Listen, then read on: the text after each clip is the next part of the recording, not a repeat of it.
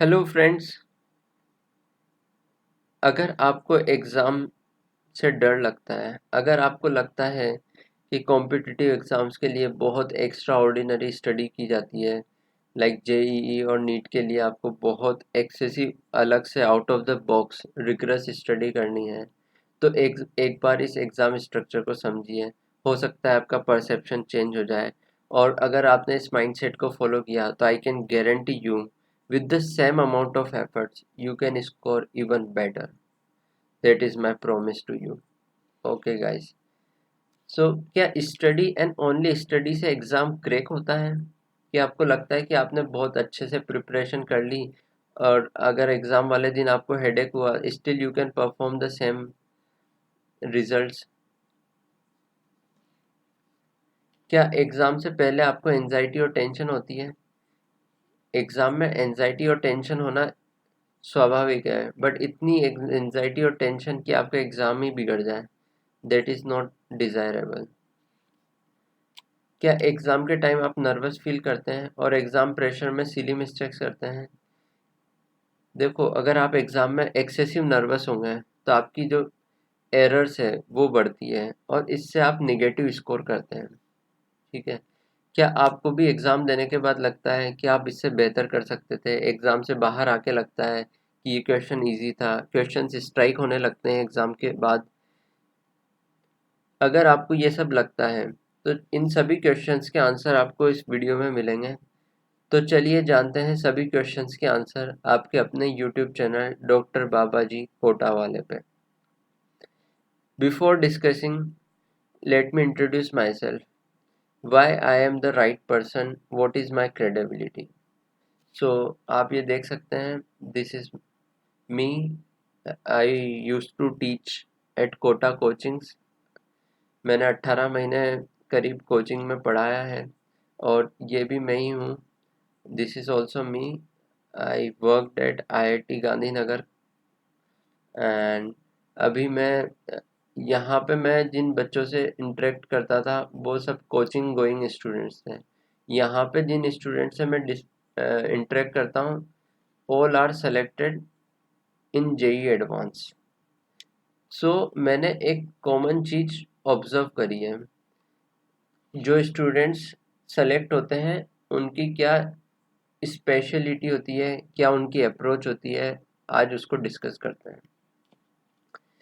सबसे पहले exam structure को देखते हैं। ये एग्ज़ाम स्ट्रक्चर मेरा बनाया हुआ नहीं है, ये एग्ज़ाम स्ट्रक्चर हमें कोचिंग इंस्टीट्यूट की तरफ से दिया जाता था।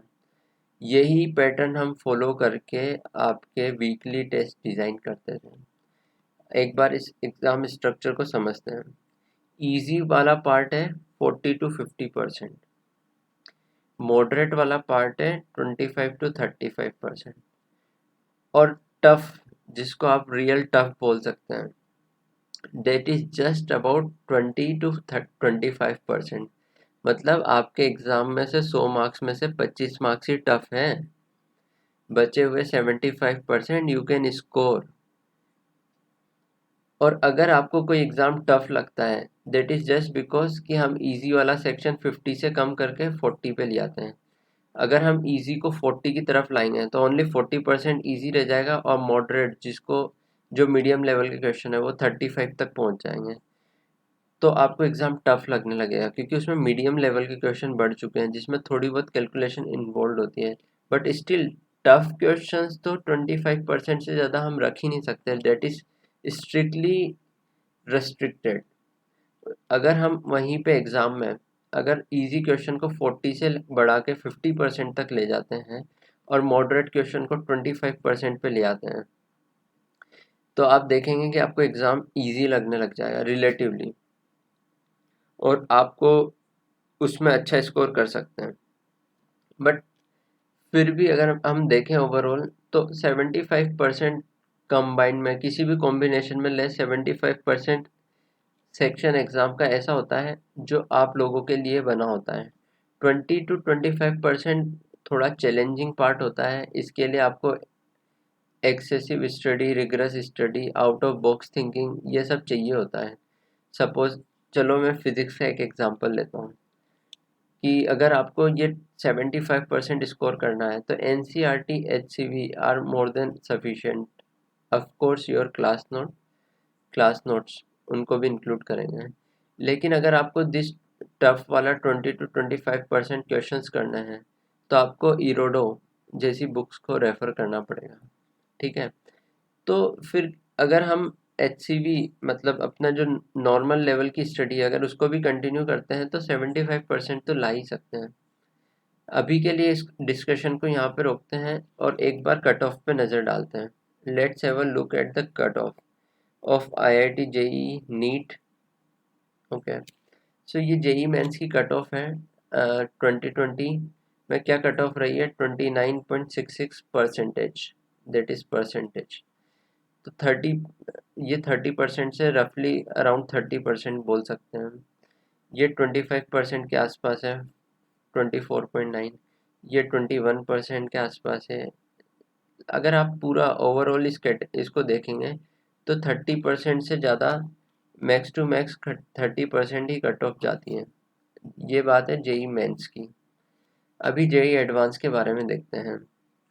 JEE एडवांस की कट ऑफ जो minimum percentage aggregate marks given by JEE advance that is 35%। 2019 की बात है उसमें भी 35%, 2018 की बात है उसमें भी 35%, जिसको रिवाइज करके बाद में 25% कर देता था। अगर नीट की बात भी करते हैं तो आपके जो कट ऑफ है दैट इज 50% है। अब यहाँ पे ध्यान देना आप कि ये परसेंटेज नहीं है, it is percentile. Percentage and percentile में कुछ डिफरेंस होता है जिसको मैं नेक्स्ट स्लाइड में डिस्कस करूँगा। तो यहाँ भी आप देखेंगे तो cut off is not more than 35% और 50 परसेंटाइल। ठीक है, let's look at the percentile. Percentile को एक बार समझते हैं। What is percentile? Suppose percentile is calculated based on कि आपसे पीछे कितने स्टूडेंट्स हैं। सपोज 1 लाख स्टूडेंट्स ने एग्ज़ाम दिया है और आपकी रैंक 10,000 है, तो 90,000 स्टूडेंट्स आपसे पीछे हैं, जो मैं यहाँ शो कर रहा हूँ। 1 लाख माइनस 10,000, आपकी 10,000 रैंक है, 90,000 इसका डिफरेंस 90,000 आएगा। इतने स्टूडेंट्स आपसे पीछे हैं, divide by total number of student. 90,000 divide by 1 lakh students into 100 करेंगे तो 90 परसेंटाइल आएगा। तो 50 परसेंटाइल आपकी नीट की कट ऑफ होती है। 50 परसेंटाइल मतलब 50% स्टूडेंट्स आपसे पीछे होने चाहिए। मीन्स अगर 1 लाख बच्चों ने एग्ज़ाम दिया, अगर आप 50,000 रैंक भी लाते हो तो आप कट ऑफ क्लियर कर चुके हो। ठीक है, 50 percentile means 50% of student out of total number of student. ठीक है, आपको कुछ अनयूजुअल सा लगा? हमने अभी कट ऑफ देखा और एग्जाम स्ट्रक्चर को समझा है, आपको कुछ अनयूजुअल सा लगा? Even though if you don't touch tough questions, अगर उन 20-25% टफ क्वेश्चंस को आप हटा भी दें तो you can still score 75%, that is twice the cut of. Cut off आपकी जाती है 30-35%, इससे ज़्यादा नहीं जाती है। अगर आप और देखें 75% क्वेश्चन तक तो इजी और मॉडरेट लेवल के होते हैं। अगर आप इजी और मॉडरेट क्वेश्चन भी करते हैं तो आप कट ऑफ का ट्वाइस ला सकते हैं इजीली। अगर ये इतना इजी है तो why students are not able to score even the cut off? क्यों हम कट ऑफ भी क्लियर नहीं कर पा रहे हैं? कट ऑफ से ट्वाइस तो भूल जाओ आप, स्टूडेंट्स कट ऑफ तक लाने में भी परेशान हो जाते हैं।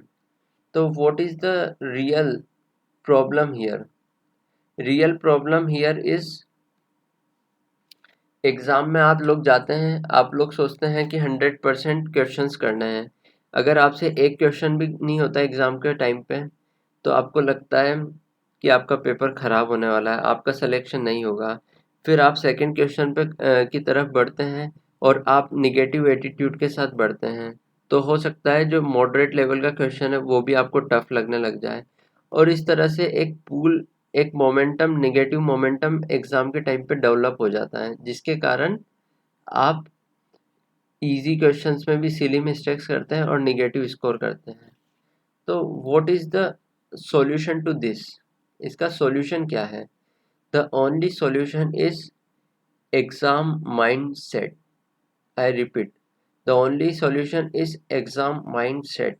आपको एग्जाम देने से पहले एक माइंड सेट प्रिपेयर करना पड़ेगा कि हमें सारे क्वेश्चन सॉल्व नहीं करने हैं। एग्जाम देने से पहले आप एक बार इसे ज़रूर सोच के जाइएगा कि हमें सारे क्वेश्चन सॉल्व करने ही नहीं है। ये आपका बोर्ड एग्ज़ाम नहीं है जहाँ पे आपको सारे सारे सॉल्यूशन सॉल्व करने हैं। ये है आपका कॉम्पिटिटिव एग्ज़ाम। इसमें आपको सब सॉल्व नहीं करने हैं। आपको 20 to 25% टफ क्वेश्चन रहेंगे, उनको स्किप करना है। पहले आपको अटेम्प्ट करना है 75% के लिए। अगर आप 75% अच्छे से अटेम्प्ट करते हैं तो आप आगे 20 to 25% टफ वाले पार्ट को देख सकते हैं। जैसे आपको लगता है क्वेश्चन आपसे नहीं हो रहा तो आपको स्ट्रेस में बिल्कुल नहीं आना है। आप ऐसे क्वेश्चन को देख के दोनों हाथ जोड़ के मुस्कुरा देंगे कि यही तो टफ क्वेश्चन है, इसी क्वेश्चन को तो मैं ढूंढ रहा था जो मुझे नहीं करना है, और आप मुस्कुरा के आगे बढ़ जाएंगे। अगर इस माइंडसेट से आप चलेंगे तो क्वेश्चंस का प्रेशर आप फील नहीं करेंगे। आप 1% प्रेशर फील नहीं करेंगे कि आपसे क्वेश्चन नहीं हो रहा है और आपके क्वेश्चन छूट रहे हैं, क्योंकि आपको पता है मेरे को 20-25% क्वेश्चन छोड़ने ही है। और अगर आप जब एग्ज़ाम में प्रेशर फील नहीं करेंगे, इवन मुस्कुराएंगे, पॉजिटिव रहेंगे, तो आपकी सिली मिस्टेक्स बहुत ज़्यादा कम हो जाएगी, जिससे आपके निगेटिव मार्क्स की जो पॉसिबिलिटी है वो भी रूल आउट हो जाएगी। एग्ज़ाम में इजी और मॉडरेट क्वेश्चन करते चलेंगे। जैसे सपोज आपने फर्स्ट क्वेश्चन अटेम्प्ट किया, दैट इज टफ, सेकंड किया, दैट इज टफ, थर्ड आपसे हो गया, फोर्थ आपसे हो गया, फिफ्थ आपसे हो गया। जब आप क्वेश्चन करते चलते हैं और आपका कॉन्फिडेंस बूस्ट होना स्टार्ट होता है, और इसके कारण क्या होता है, एक मोमेंटम डेवलप होता है। हो सकता है 6 नंबर का क्वेश्चन टफ हो, लेकिन आपने कंटिन्यूसली थर्ड, फोर्थ और फिफ्थ क्वेश्चन सोल्व कर लिया है, तो सिक्स्थ वाला क्वेश्चन के लिए आप पॉजिटिव एटीट्यूड से जाएंगे, तो हो सकता है फ्लो में टफ क्वेश्चन भी आपको स्ट्राइक कर जाए और आप उसे भी सॉल्व कर दें। तो देखा आपने, इस माइंडसेट, जस्ट एक एग्ज़ाम से पहले एक एग्ज़ाम माइंडसेट लेके जाते हैं तो आपको कितना बेनिफिट हो सकता है। ठीक है, तो अ, यहाँ पे मैं बताता हूँ आपको कि with this mindset I can guarantee कि टफ से टफ एग्ज़ाम भी निकाल लेंगे। और यहाँ पे एक स्पेशल केस भी होता है, कभी कभी सालों साल में एग्ज़ाम को एक्स्ट्रा टफ सेट किया जाता है, एग्ज़ाम को एक्स्ट्रा टफ सेट किया जाता है। बट अगर एग्ज़ाम टफ होगा तो सबके लिए टफ होगा, आपके अकेले के लिए टफ नहीं होगा। अगर कट ऑफ कम जाएगी, अगर स्कोर सभी बच्चे कम करेंगे तो कम स्कोर पे ही सिलेक्शन होगा, इस चीज़ को आपको समझना होगा। तो एग्ज़ाम के टाइम पे अगर आपको लग रहा है कि क्वेश्चंस नहीं बन रहे हैं तो समझ लेना एग्ज़ाम एक्सेसिव टफ आ चुका है, वो सभी स्टूडेंट्स के लिए टफ है। अब अगर आपने उसको एक्सेप्ट कर लिया कि हाँ, यहाँ पे सभी क्वेश्चंस टफ हैं और सभी के लिए एग्ज़ाम टफ होने वाला है, तो आप स्टार्ट करना, सेलेक्ट करना इजी क्वेश्चंस को और मॉडरेट लेवल के क्वेश्चंस को, जितने मिले उतने करना। मैं कह रहा हूँ क्योंकि आप एग्ज़ाम प्रेशर में नहीं आओगे, क्योंकि आपको पता होगा कि एग्ज़ाम सबके लिए टफ आ चुका है और मेरे को इजी इजी क्वेश्चन करके अच्छा स्कोर अपना बनाना है। तो आई कैन गारंटी यू कि टफ एग्ज़ाम भी आप अच्छा, औरों से अच्छा कर पाएंगे। Okay guys, so with this we come to the end of the video. So please like, share, subscribe this video और कमेंट ज़रूर करना कि आपको इस वीडियो में क्या अच्छा लगा है।